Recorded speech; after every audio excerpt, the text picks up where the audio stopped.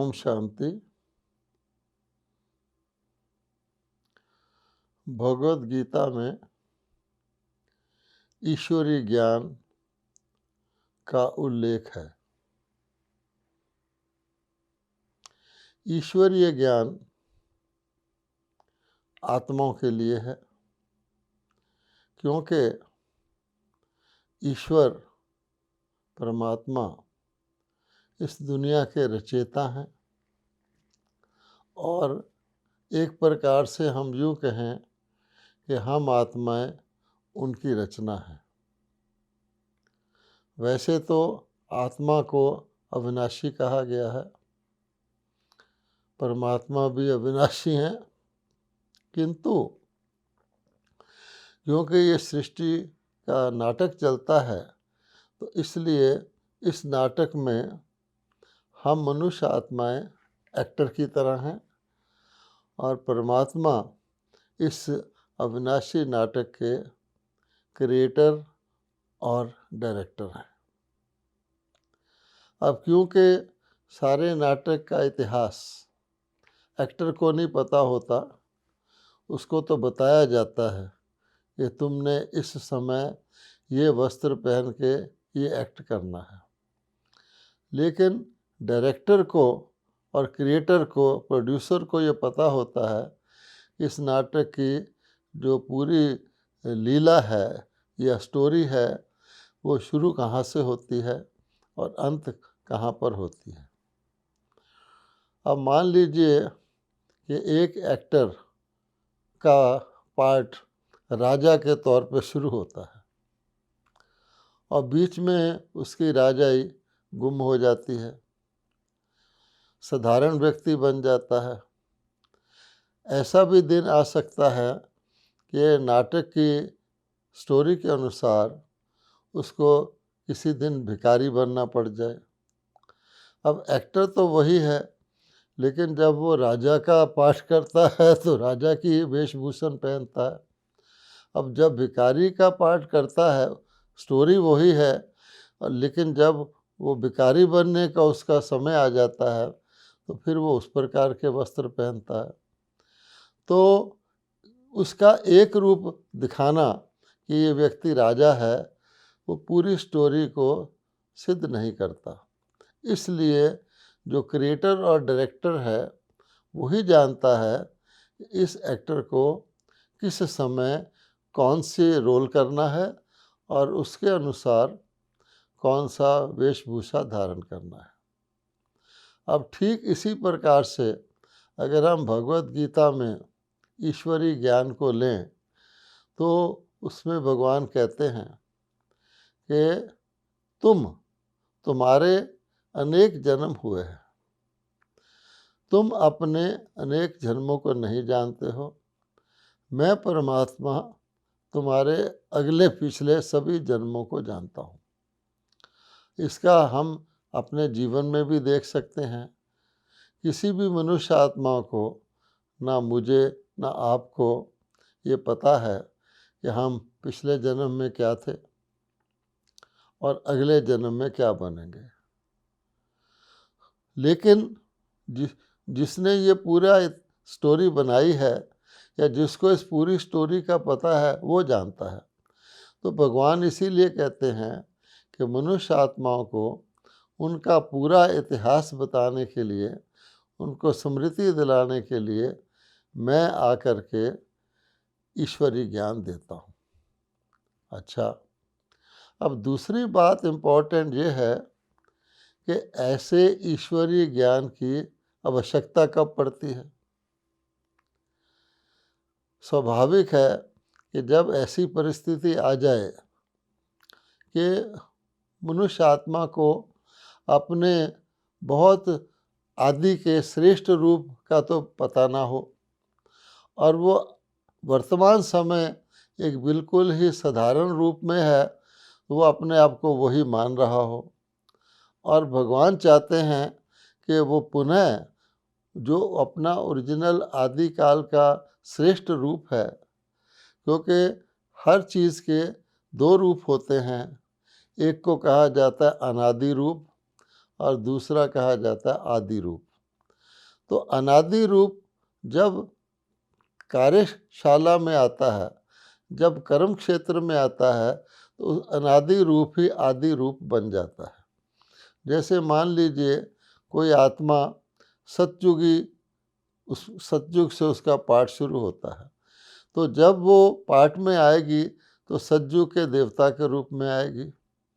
और इसी प्रकार से मान लीजिए कोई धर्म स्थापक हैं, जैसे क्राइस्ट हैं, अब उनका पाठ उस समय शुरू होता है जब उनको क्राइस्ट का रूप धारण करना है, तो उससे पहले उनकी आत्मा अनादि रूप में क्राइस्ट की आत्मा होगी, और आदि रूप में जब धरती पर आएगी तो क्राइस्ट का रूप धारण कर लेगी।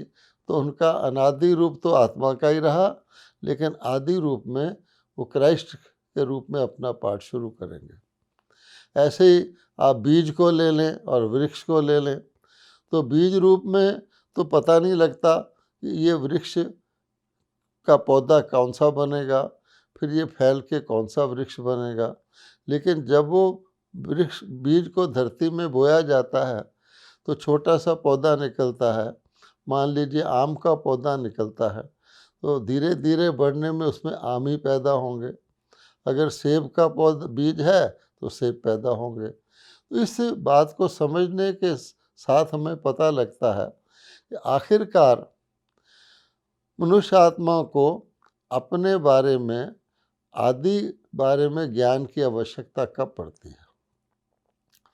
तो आप देखेंगे कि हर चीज़ शुरू अपनी श्रेष्ठ अवस्था से होती है, और धीरे धीरे वो श्रेष्ठ अवस्था गिरती कला को पाती जाती है, और जब वो अति गिरावट में आ जाती है तब उसको आवश्यकता होती है कि पुनः उसको अब अपने श्रेष्ठ पाठ को जानना है। मान लीजिए किसी की जीवन कहानी भी है, तो जीवन कहानी मध्यकाल में नहीं लिखी जा सकती, क्योंकि मध्यकाल में आप आदि से लेकर मध्य तक को ही जानते हैं। आगे क्या होने वाला है वो तो जब पूरा जीवन व्यतीत करेंगे तभी पता लगेगा। इसी प्रकार के विश्व का अगर इतिहास लेंगे तो विश्व का पूरा इतिहास, अर्थात आदिकाल में विश्व क्या था और उसकी आत्माएं जब धरती पर आई तो किस स्थिति में थी, मध्यकाल में क्या हुआ और अंतकाल में किस स्थिति में है, क्योंकि अंत से फिर आदि होना है। तो इसलिए सबसे इम्पोर्टेंट बात जानने की ये है कि ईश्वरीय ज्ञान ईश्वर हमें कब देते हैं, उसकी आवश्यकता कब पड़ती है। तो हम समझ सकते हैं कि ईश्वरीय ज्ञान की आवश्यकता अंत में होती है, जबकि मनुष्य आत्माएं अपने अनादि और आदि रूप को और बीच वाले पार्ट को भूल चुके होते हैं, परंतु उनको अब अंत में आकर के फिर आदि काल में जाना है। इसलिए आप नोट करेंगे कि भारतवासियों के धर्म को आदि सनातन धर्म कहा जाता है। ये आदि सनातन शब्द बहुत इम्पोर्टेंट है। अन्य किसी धर्म को भी आदि सनातन नहीं कहा जाता, क्योंकि वो बीच में शुरू होते हैं। जब जब वो शुरू होते हैं उससे पहले का तो उनका पार्ट ही नहीं होता। जैसे एक वृक्ष में एक शाखा उत्पन्न होती है, बड़ी शाखा, तो पहले ही तो उत्पन्न नहीं हो जाती, पहले तो तना बनता है, और तना के समझिए कि आधे तना के बाद ब्रांचेस आप देखेंगे वृक्ष में शुरू होती हैं। फिर वो ब्रांचेस भी जो हैं वो आगे जा कर के छोटी ब्रांचेस हो जाती हैं, कहाँ मोटी मोटी शाखाएं हैं, फिर उप शाखाएँ बन जाती हैं, फिर टहनियाँ बन जाती हैं। इस प्रकार से ही भगवद गीता में इस सृष्टि का की तुलना समझाने के लिए ईश्वर ने एक पीपल के वृक्ष के रूप में की है। तो कहने का भाव ये है, हमें भी जैसे कोई दवाई होती है तो दवाई की आवश्यकता तभी पड़ती है जब व्यक्ति को रोग होता है और रोग के कारण दुख होता है, उस समय दवाई की आवश्यकता पड़ती है।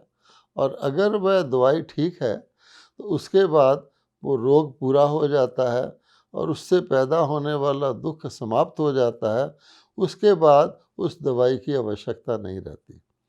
ऐसा कोई भी व्यक्ति नहीं होगा जो लाइफ लॉन्ग ही दवाई खाता रहे, अगर उसका शुरू उसके जन्म के समय से ही कोई इस प्रकार का कोई रोग और दुख का कारण ना हो। तो इसलिए पहली बात तो जानने की ये है कि ईश्वरीय ज्ञान या जो गीता में ज्ञान वर्णित किया गया है वो सदाकालीन नहीं है, क्योंकि आज मनुष्य, क्योंकि गीता में सर्वश्रेष्ठ ज्ञान है, तो प्राय ये मानने लग गए हैं कि गीता में हर एक प्रकार की समस्या का समाधान है, इसमें कोई शक नहीं है। लेकिन इसका ये अर्थ नहीं है कि सृष्टि समस्याओं से शुरू हुई थी और गीता की आवश्यकता शुरू में ही हुई थी, क्योंकि जब गीता पूरी हो जाती है, जब कोई व्यक्ति हॉस्पिटल से डिस्चार्ज हो जाता है, उस समय तो उसको दवाई और अस्पताल की आवश्यकता नहीं रहती। आप सोचिए, भगवान कह रहे हैं कि मैं आकर के क्या करता हूँ, मैं आकर के शाब्दिक भाषा में, धार्मिक भाषा में कहा गया है, भगवान कहते हैं मैं आकर के अधर्म का विनाश करता हूँ या करवाता हूँ। अच्छा, अधर्म का विनाश जब भगवान करा देते हैं और दूसरी ओर सत्य धर्म या राइटियसनेस कहो या मूल्यनिष्ठ समाज कहो, विश्व कहो, उसकी स्थापना करता हूँ। अब जब ईश्वरीय कार्य पूरा हो जाता है, उसके बाद क्या होता है? तो शास्त्रकारों ने, जिन्होंने इस पुस्तक को लिखा है, उन्होंने बाद में लिखा है जबकि भगवान ने आकर के अपना कार्य पूरा कर दिया था, और कार्य पूरा करने के बाद जो भगवान ने समाज स्थापित किया, जिसको कहते हैं सत्य धर्म की अच्छी तरह से पुनः स्थापना करता हूँ, अर्थात भगवान ने, समझने के तरीके से हम कहें, कल युग को सतयुग में बदला, पतित दुनिया को पावन दुनिया में बदला, दुख की दुनिया को पूरी तरह से बहुत काल के लिए सुख की दुनिया में बदला, और मनुष्यों को जैसे कहा जाता है संपन्न बनाया, देवता बनाया। देवताओं को कहा ही जाता है सर्व गुण संपन्न, और मनुष्यों को क्या कहा जाता है? वो तो ये कहते ही हैं कि हे भगवान, हम दुखी हैं, हम पतित हैं, हम कामी हैं, हम भोगी हैं, हमें इससे छुड़ाओ। तो परमात्मा का यही काम है। इसलिए ये मानना कि गीता में शाश्वत ज्ञान है और हर एक समय के लिए ज्ञान है, ये ठीक नहीं है। हॉस्पिटल में हर प्रकार के उपचार होते हैं, लेकिन जब कोई व्यक्ति को हॉस्पिटल में एडमिट होने की आवश्यकता होती है, तभी उनका कार्य शुरू होता है। जब वो ठीक ठाक है तो हॉस्पिटल में तो जाता ही नहीं है, और फिर जाकर के जब वो पूरी तरह ठीक होकर बाहर आ जाता है, फिर भी उसको दवाइयों और उपचार की आवश्यकता नहीं रहती। तो एक बात जानने की ये है कि गीता का एक समय है, भगवान के ज्ञान देना एक समय है, उनके अवतरित होने का भी समय है, और हर चीज़ का समय है। मोटे रूप से दुनिया में कहा जाता है there is a time for everything. अब हम जानते हैं, अगर दुनिया के अंदर ले लें तो दुनिया के अंदर अनेक प्रकार की फसलें या क्रॉप्स उगती हैं, अनेक प्रकार के फूल उगते हैं, वनस्पति उगती है, लेकिन हर एक चीज़ का समय है। यूँ भी कहा जाता है कि 4 सीज़न होते हैं, और उसमें एक सीज़न बहार का सीज़न होता है और एक सीज़न पतझड़ का सीज़न होता है। जब बहार का सीज़न है उस समय सब हरा भरा हो जाता है, और जब पतझड़ का सीज़न आता है तो वही हरा भरा पत्ते सूख करके गिरने लगते हैं। तो कहने का भाव ये है, दुनिया में सब कुछ है पर हर चीज़ का समय है। दिन भी है, रात भी है, तो दिन का भी समय है, रात का भी समय है। फिर दिन और रात अचानक नहीं हो जाते। दिन के अंदर प्रभात होता है, दोपहर होता है, सायंकाल होता है, तब रात्रि होती है, और रात्रि भी जो है उसमें रात्रि का पहला पहर होता है, मध्य पहर होता है, फिर अंतिम पहर होता है, उसको हम प्रभात कहते हैं। तो सबसे ज़्यादा इम्पोर्टेंट बात है समय को जानने की। अगर कोई चीज़ हम समय से पहले करते हैं तो भी सफल नहीं होती, समय के बाद करते हैं तो भी सफल नहीं होती। अपने जीवन को ही हम ले लें, हमारे जीवन में बचपन होता है, युवा होता है, प्रौढ़ अवस्था होता है, वृद्ध अवस्था होता है, और अगर पूरी आयु हो तो वानप्रस्थ अवस्था होता है। तो जो कार्य हम बचपन में करते हैं वो युवा काल में नहीं करते, युवा में जो करते हैं वो बचपना नहीं करते। अगर कोई व्यक्ति, वृद्ध व्यक्ति बच्चों की तरह बिहेव करता है वो भी लोगों को ठीक नहीं लगेगा, और अगर कोई छोटा बच्चा एक बुज़ुर्ग की तरह बिहेव करता है वो भी लोगों को ठीक नहीं लगेगा। कह देंगे देखो इतना व्यक्ति उम्र का हो गया, बच्चों की तरह बिहेव कर रहा है, या कहेंगे ये बच्चा देखो बड़े बुज़ुर्गों की बात करता है। तो समय का बहुत महत्व है। अगर मान लीजिए चावल की फसल है तो चावल की फसल के बोने का भी एक समय है, और कहाँ बोई जा सकती है उसका भी एक तरीका है। चावल की फसल को नीचे पानी चाहिए, और चाय की फसल है उसका भी कोई बोने का समय है, लेकिन उसको जड़ में पानी चाहिए ही नहीं। तो कहने का भाव ये है, सबसे इम्पोर्टेंट चीज़ दुनिया में समय है, या जिसको काल कहते हैं। हर चीज़ का अपना अपना महत्व है, लेकिन सबसे ज़्यादा जिसको कहते हैं शक्तिशाली जो है वो काल है, जिसको भावी भी कहा जाता है कि भावी टाले नहीं टले। और सब कुछ टल सकता है, लेकिन समय अगर गुजर गया तो फिर कुछ भी नहीं हो सकता। इसलिए भगवान कहते हैं मैं गीता का ज्ञान आके तब देता हूँ, और उसका महत्व भी तब है, और उसके जो फल मिलना है, प्राप्ति होनी, वो भी तब है जब प्रॉपर समय आ जाए। साधारण भाषा में ये भी कहा जाता है कि पाप का घड़ा भर कर फूटता है। ये को नहीं कह देते कि पाप का घड़ा जब आधा हो जाता है तो फूट जाए तो तकलीफ ही ना हो, या 3/4 हो जाए, फूट जाए तो भी कुछ तकलीफ घट जाए, भरकर ही क्यों फूटता है? क्योंकि समय ऐसा है जब व्यक्ति का पाप इतना हो जाता है कि वो जिस कारण से पाप सब करता है ये सोचकर कि शायद उससे मुझे सुख मिल जाएगा, शॉर्टकट है, जब वो अल्टीमेटली देख लेता है कि आप पाप करने से भी मुझे जो अल्पकालिक झूठी प्राप्ति होती थी वो भी नहीं होती, तब उसके अंदर उस पाप के बारे में सोचने का और उसको वैराग्य का समय होता है। और उस समय जब भगवान उसको शिक्षा देते हैं तो उसको बुद्धि में समझ में आता है कि ये ठीक नहीं है। वरना जब व्यक्ति पाप के में अंधा होता है उसको कहा जाता है ब्रह्मा भी उतर आए, भगवान भी उतर आए, वो सुनने वाला नहीं है। तो कहने का भाव ये है कि वर्तमान समय भगवत गीता के ज्ञान या ईश्वरीय ज्ञान की अति आवश्यकता है। जब भगवान ने सतयुग स्थापित कर दिया था तो सतयुग में देवी देवताएं तो जीवन में धर्म को धारणा के रूप में चलते थे। ऐसा नहीं है कि देवी देवताओं का धर्म सर्वश्रेष्ठ था। इसका ये मतलब है कि शायद वहाँ मंदिर बहुत बढ़िया होते होंगे, शायद वहाँ पूजा पाठ की विधि बहुत बढ़िया होती होगी, या वहाँ कोई चलो गीता ही सही या वेद ही सही बहुत श्रेष्ठ धर्म ग्रंथ चलते होंगे। नहीं, धर्म का अर्थ है धारणा। जैसे भोजन का अर्थ है स्वास्थ्य। अगर व्यक्ति भोजन अनेक प्रकार के खाए और स्वास्थ्य उसका ठीक ही ना हो, रोगी रहे सदा, तो क्वेश्चन पैदा हो जाता है क्या वो भोजन गलत है, या क्या वो भोजन गलत समय पे गलत विधि से दिए जा रहे हैं। इसी प्रकार से आज की स्थिति में अगर आप देखें तो आज अनेक धर्म हैं।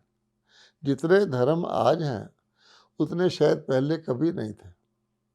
इसका ये अर्थ नहीं है कि समाज में धार्मिकता आ गई है, मनुष्य सचमुच का धारणा का जीवन व्यतीत करते नहीं। धर्म बढ़ते जा रहे हैं क्योंकि धारणा घटती जा रही है।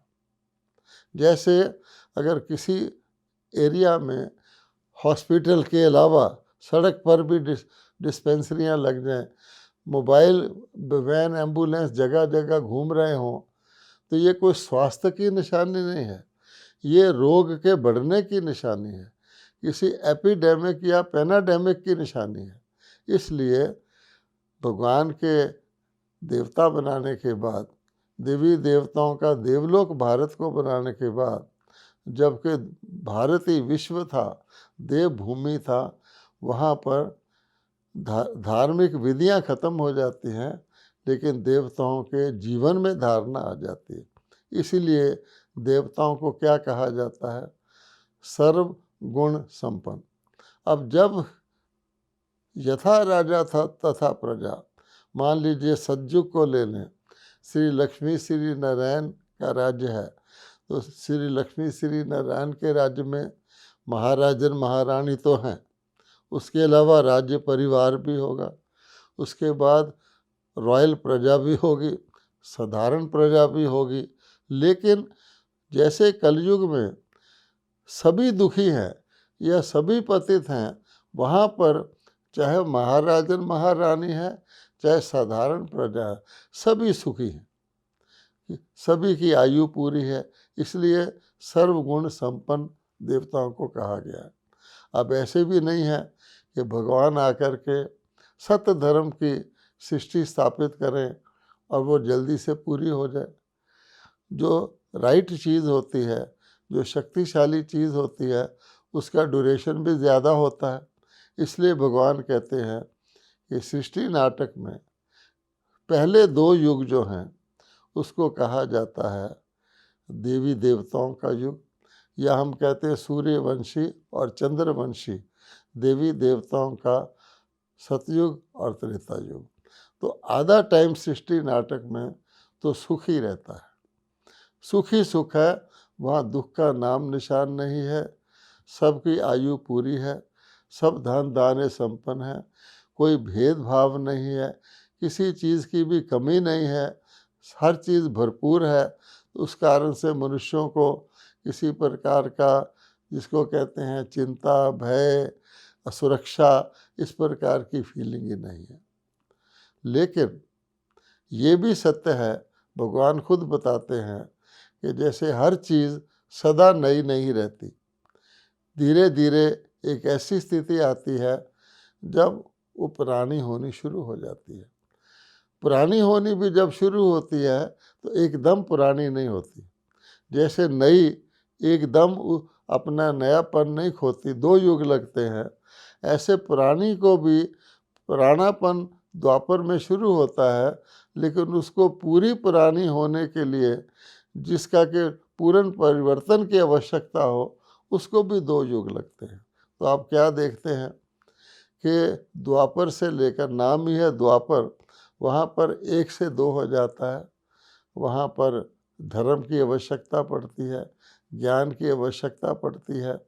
पहले एक धर्म जो देवता थे वो गिरा हुआ नाम अपने आप को हिंदू कहना शुरू कर देते हैं, क्योंकि देवताओं जैसे लक्षण नहीं हैं।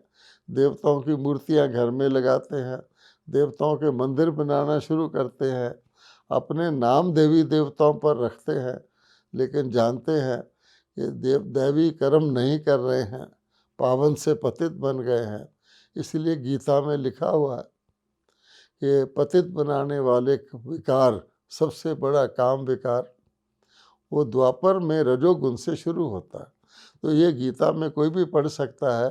इसका मतलब क्या हुआ कि द्वापर में रजोगुण से पहले सतोगुण में और सतो प्रधान गुण में, अर्थात त्रेता में और सतयुग में काम विकार नहीं था। तो काम जिसके कारण व्यक्ति पतित कहलाता है, उससे क्रोध की उत्पत्ति होती है, फिर लोभ मोह और अहंकार की उत्पत्ति होती है।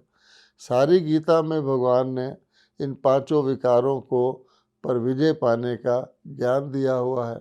लेकिन उसको पढ़ने से भी मनुष्य 5 विकारों पर विजय तो पा नहीं सकते, क्योंकि विजय प्राप्त कराने की जो योग था वो भगवान ने खुद सिखाया था। आज गीता के योग को छोड़ करके हम जानते हैं कि योग के भी अनेक प्रकार हो गए हैं, जैसे धर्म के भी अनेक प्रकार हो गए हैं, हिंदुओं में भी अनेक शाखाएं बन गई हैं। तो इसलिए पेड़ की शाखाएं बढ़ रही हैं। आप जानते हैं कि पीपल का पेड़ में एक दिन ऐसा आता है जब उसका तना बिल्कुल ही समाप्त हो जाता है और शाखाएं धरती में आ जाती हैं। वो शाखाओं के आधार पर पेड़ चलता है। इसी प्रकार से जो ईश्वरीय ज्ञान भगवान ने दिया था वो तना ही आज गायब है, क्योंकि आदि सनातन देवी देवता रहे ही नहीं। अब जब वो हिंदू कहलाने लगते हैं तो फिर वो देवता तो नहीं रहते, हिंदुओं की देवताओं की पूजा करनी शुरू कर देते हैं। देवताओं ने जिन शास्त्रों के द्वारा देवता बने थे उनको पढ़ना शुरू कर देते हैं, शास्त्र निकल आते हैं, मंदिर निकल आते हैं। लेकिन जैसे कहते हैं मर्ज बढ़ता गया जूं जूं दवा की, जितने हमारे धर्म की शाखाएं, जितने हमारे शास्त्र विधियां बढ़ती जा रही हैं, धर्म गायब होता जा रहा है। क्योंकि धर्म का अर्थ तो धारणा है।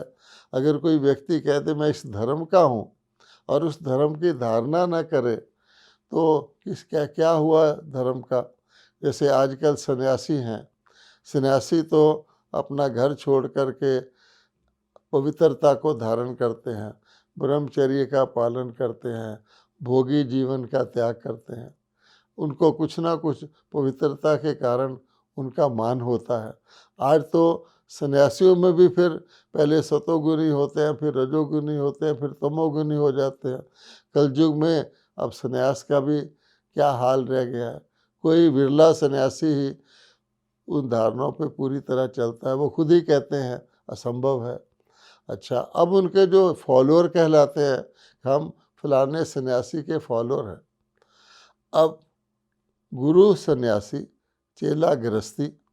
गुरु ने कुछ त्याग किए थे, चेले तो उसमें अच्छी तरह भोग में विलीन हैं।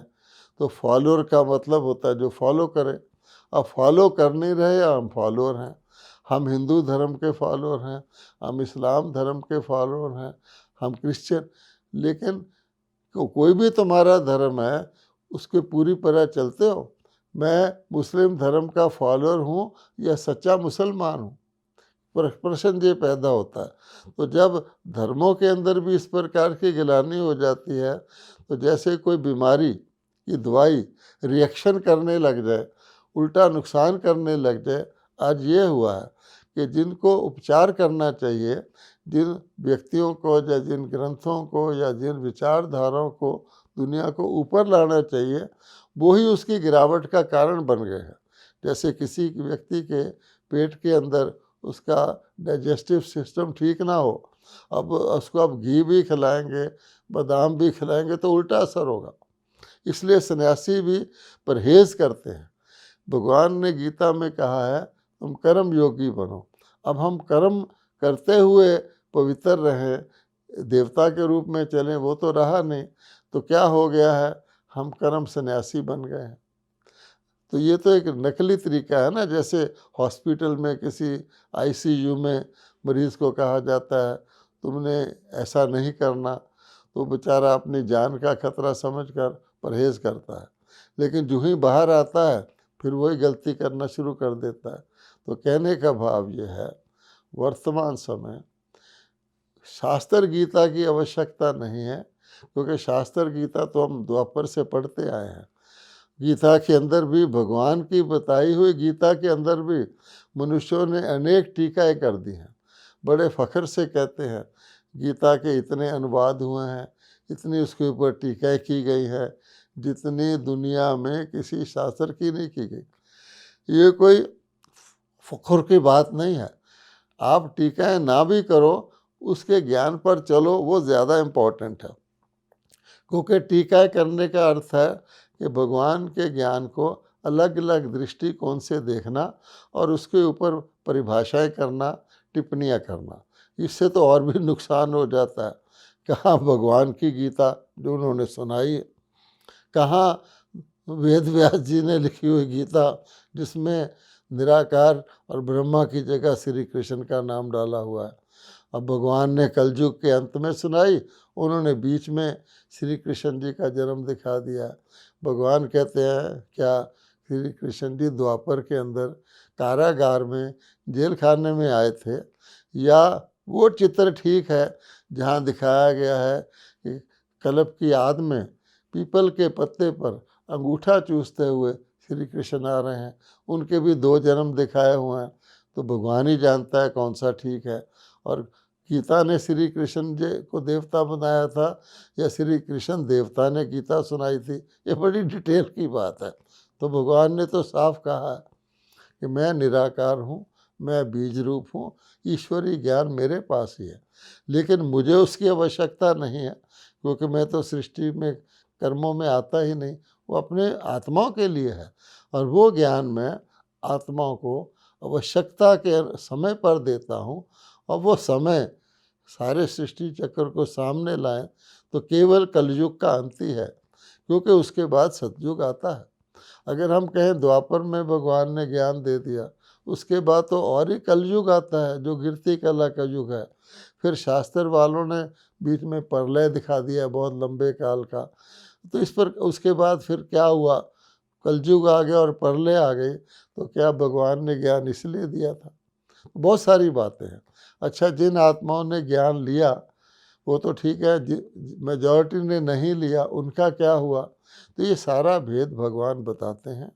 तो खुशखबरी की बात यह है कि भारत में भगवान के अवतरण का यादगार है। भगवान की अवतरण भूमि कहते हैं, कभी देव भूमि थी ये भी कहते हैं, और ये भी भगवान बताते हैं कि माता पिता के द्वारा ही संतान को उत्तराधिकार मिलता है। अगर माता पिता ना हो तो संतान का नाम संतान आता ही नहीं, तो संतान को फिर उत्तराधिकार कौन देगा? आज हम दुनिया में क्या देखते हैं कि परमात्मा को भी पिता कहते हैं, वो तो ठीक है, सबका पिता है। फिर सृष्टि की आद कहाँ से शुरू हुई? तो ब्रह्मा को भी पिता कहते हैं, क्योंकि भिन्न भिन्न नाम से भारतवासी ब्रह्मा कहते हैं, मोहम्मदन लोग उसको बाबा आदम कहते हैं, क्रिश्चियन लोग आदम कहते हैं, ठीक है, पर माता कहाँ है? क्या? और आजकल भी क्रिश्चियंस में देखेंगे तो चर्च में उसको फादर कहते हैं। अब फादर विदाउट मदर कैसे होगा? इसलिए भगवान कहते हैं कि इनकम्प्लीट है। केवल भारत में ही भगवान कहते हैं कि मातृशक्ति का गायन है, क्योंकि भगवान कहते हैं मैं जगदम्बा या आदि देवी और जगत पिता इनके द्वारा रचना करता हूँ। तो भगवान आके पहले तो स्वयं शरीर का आधार लेते हैं, तो ब्रह्मा को बड़ी माँ कहा जाता है। सब जगह सर्वमान्य है कि परमात्मा ने ब्रह्मा के द्वारा ही स्थापना की थी। कहीं नहीं लिखा हुआ कि कलयुग के अंत में श्री कृष्ण देवता थे। देवताओं को तो कलयुग में परछाया भी नहीं पड़ता, लेकिन श्री कृष्ण की आत्मा ही पिछले जन्म में साधारण कलयुगी, जिसको कहते हैं भागीरथ था, भाग्यशाली शरीर रूपी रथ था, जिसमें भगवान ने आकर के उनके मुखारविंद से ब्राह्मण पैदा किए, अर्थात उसमें अपने पोतरे बनाए, जिसको कहते हैं अडॉप्टेड चिल्ड्रन। ब्रह्मा के मुख से जो ब्राह्मण निकले वो कोई शारीरिक बच्चे तो नहीं थे। परमात्मा ने भी ब्रह्मा को जो अडॉप्ट किया तो शरीर भगवान ने तो नहीं उसका धारण कर लिया। ये सारी डिटेल है। कहने का भाव ये है, वर्तमान समय हमारा परम सौभाग्य है, क्योंकि एक ही ऐसा समय होता है, जैसे मैंने बताया कि समय का महत्व है। सारे सृष्टि चक्र में एक ही ऐसा समय होता है जब परमात्मा स्वयं आकर के सतयुग की स्थापना के लिए मनुष्य आत्माओं को योग्यता प्रदान करते हैं, दैवी गुणों की धारणा कराते हैं, उनको राजयोग सिखाते हैं। मेरे साथ योग लगाओ तो मैं तुम्हारी आत्मा से इन 5 विकारों को निकालूंगा। उनको बताते हैं तुम शरीर नहीं हो, आत्मा हो। ये सारी डिटेल है। खुशखबरी ये है, इस समय विश्व परिवर्तन का समय आ गया है। विश्व के पुराने विश्व के विनाश की सारे चिन्ह आज मौजूद हैं। आज परमाणु शस्त्र तैयार हैं, बल्कि उनके प्रयोग करने की भी बात हो रही है। आज प्राकृतिक आपदाएं जो हैं अपनी चरम सीमा पर हैं। कहीं समुद्र में तूफान आ रहे हैं, कहीं अर्थक्वेक आ रहे हैं, क्लाइमेट चेंज की बात हो रही है, मौसम बदल रहे हैं, तो सारे तत्व उग्रता को आ रहे हैं। आजकल तापमान इतने ऊंचे चले गए हैं जो इतिहास में कभी नहीं थे। इसलिए भगवान कहते हैं मनुष्यों का चरित्र जो है, कहा जाता है character is lost, everything is lost. आज चरित्रहीनता या पतितपन है अपनी चरम सीमा पर है। खुद ही भगवान को कहते हैं मैं पतित हूँ, भगवान मुझे पावन कर दो। परमात्मा का पता नहीं तो गंगा स्नान करके पावन बनने की कोशिश करते हैं या दान पुण्य की करते हैं। भगवान कहता है मैंने गीता में पहले भी कहा हुआ है, इन चीज़ों से मेरी प्राप्ति नहीं होती है।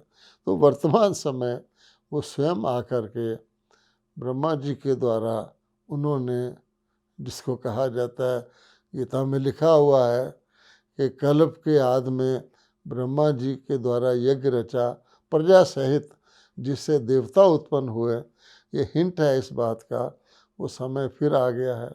शास्त्रकारों ने तो सृष्टि के नाटक की आयु ही बढ़ा करके कि कलयुग को अभी 40,000 वर्ष पड़े हैं, लोगों को और ही अज्ञान निंद्रा में सुला दिया है। वो शास्त्र पढ़ के कहते हैं अभी तो 40,000 वर्ष पड़े हैं। भगवान कहता आंखें खोल के देखो, कलयुग अभी बच्चा है या थोड़ा सा बचा है, अब तो विनाश के कगार पर खड़े हैं। तो जिन आत्माओं को ये बात समझ में आती है, जिनकी बुद्धि में लगता है कि अब अति धर्म गिलानी का समय है, और उनके अंदर देवता बनने की एक आंतरिक एक इच्छा पैदा होती है, एक उनके अंदर जिसको कहा जाता है महसूस होता है कि हमें भगवान को याद करना चाहिए, उनको हम निमंत्रण देते हैं कि सारे विश्व में परमात्मा ने ब्रह्मा जी के द्वारा अवतरित होकर ब्रह्मा कुमारीज नाम से ब्राह्मण संपदा के सेवा केंद्र खोले हैं। ब्राह्मण कोई जात पात की बात नहीं है, जो ब्रह्मा के द्वारा धारणाएं करवाई जाती हैं जीवन के अंदर। तुम्हारा खान पान कैसा होना चाहिए, तुम्हारी दृष्टि वृत्ति कैसी होनी चाहिए, तुम्हारी मनोवृत्ति कैसी होनी चाहिए। भगवान को पवित्रता प्यारी है, देवताएं पवित्र थे, तो वो आत्माएं हमसे संपर्क करके इस बात को अधिक गहराई से जान सकते हैं, क्योंकि समय बहुत थोड़ा है और विश्व परिवर्तन और महाविनाश कभी भी हो सकता है। ओम शांति।